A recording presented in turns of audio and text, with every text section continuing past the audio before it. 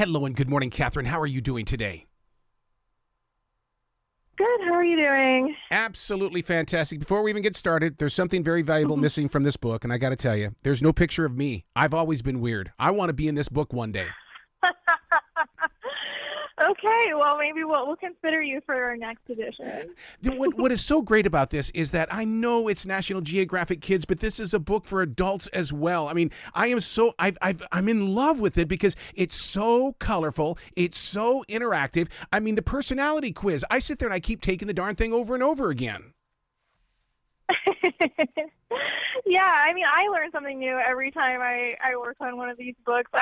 They're definitely aimed at middle school kids, but I think adults should read them all as well. I mean, there's so much to learn. And you bring the entire world to this book. I mean, spectacular South America. I mean, how many kids today, outside of their video games, are really understanding that the world must work together as one? And there's some pretty darn weird stuff out there.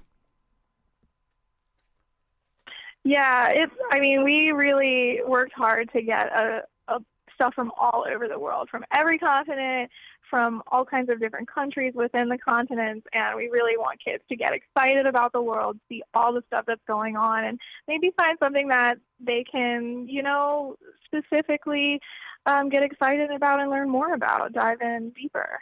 Do you ever get to hear from the school teachers? Because this right here is such a precious prize for the imagination of all kids. It doesn't matter what age you are. Because, I mean, teachers are opening up the imaginations. Now we've got to give them content to fill it.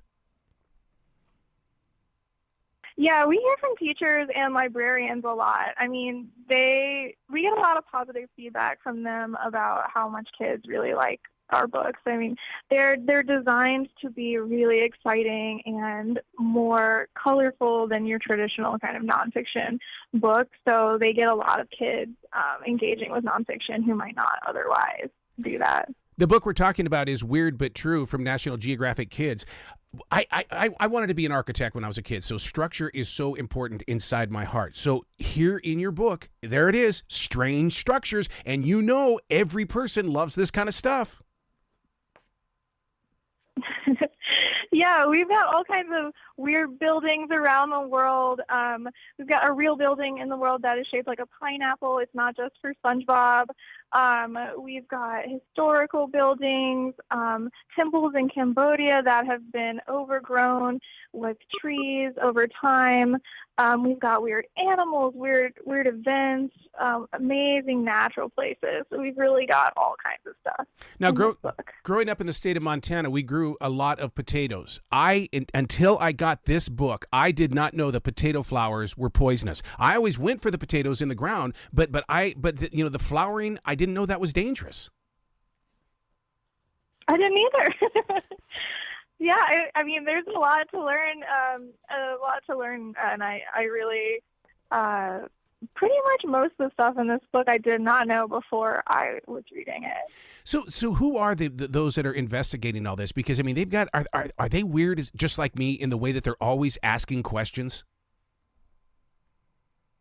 Yeah, I think everybody I've met, don't tell them I said this, at National Geographic is a big weirdo. Now, we love it. Weird is a good word here. We're all weird. We're all obsessed with wacky animals and things, and we send each other articles we find all the time. This book has a team of writers that works on it, and photo editors who look for the photos, designers who made it look beautiful, and everybody who works on it is really curious and really nerdy about getting weird stuff. Underground. Let's go there. There's an amusement park deep inside the ground. Now, I'm a tree freak, so I mean, does this involve trees? What's going on here with this amusement park? I don't think there are trees, but I'd have to go and check it out to be sure, and maybe National Geographic will send me there. I'm just kidding, they won't. But there is an amusement park. It's in Romania. It's in an abandoned mine. And this abandoned mine has like a wild history. It was used as a bomb shelter in World War II, and then it was used as a cheese warehouse in the 1950s.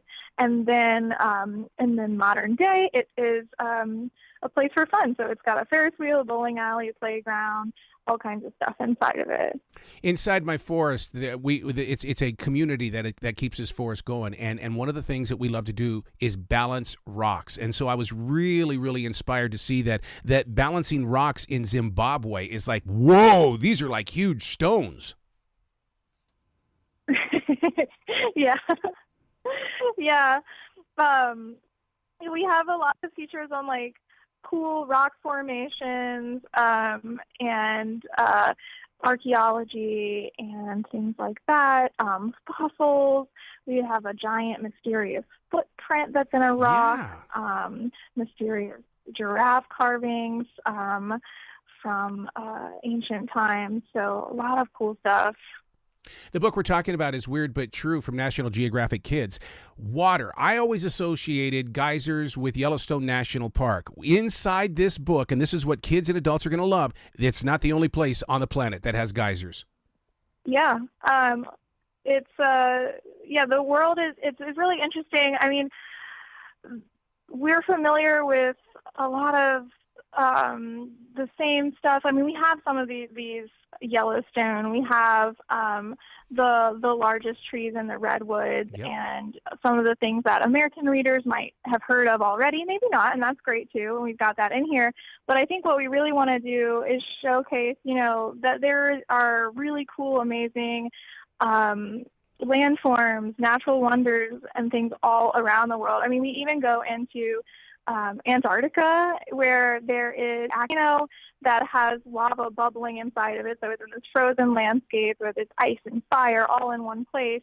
Places that kids probably won't travel to, but we're showing them in this book. So I think that it really does get kids out of this like classic, so national parks are wonderful and great, but there's also these kinds of things all around the world. And there's lots of giggle moments inside this book in the way that, rockin' restrooms. I mean, the modern toilet restaurant to the toilet bowl waterfall. I mean, this is the kind of stuff that makes kids giggle.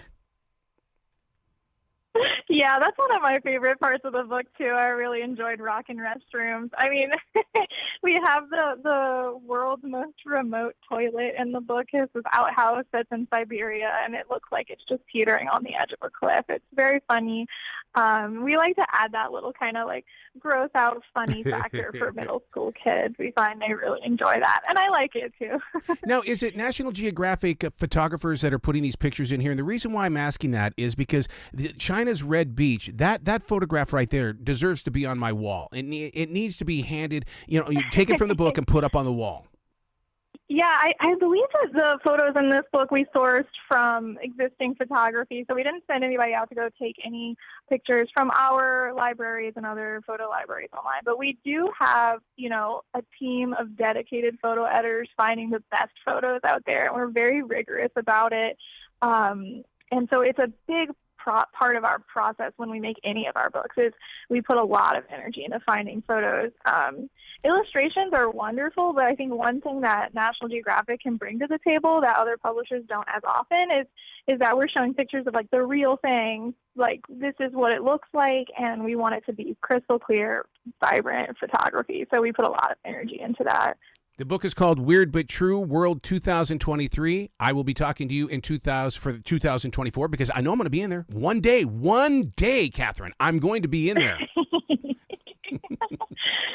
Yeah, me too. I deserve a page in here as well. All right, we'll do it. All right, we'll get the campaign started, all right? Well, you be brilliant today, okay? All right, thanks so much.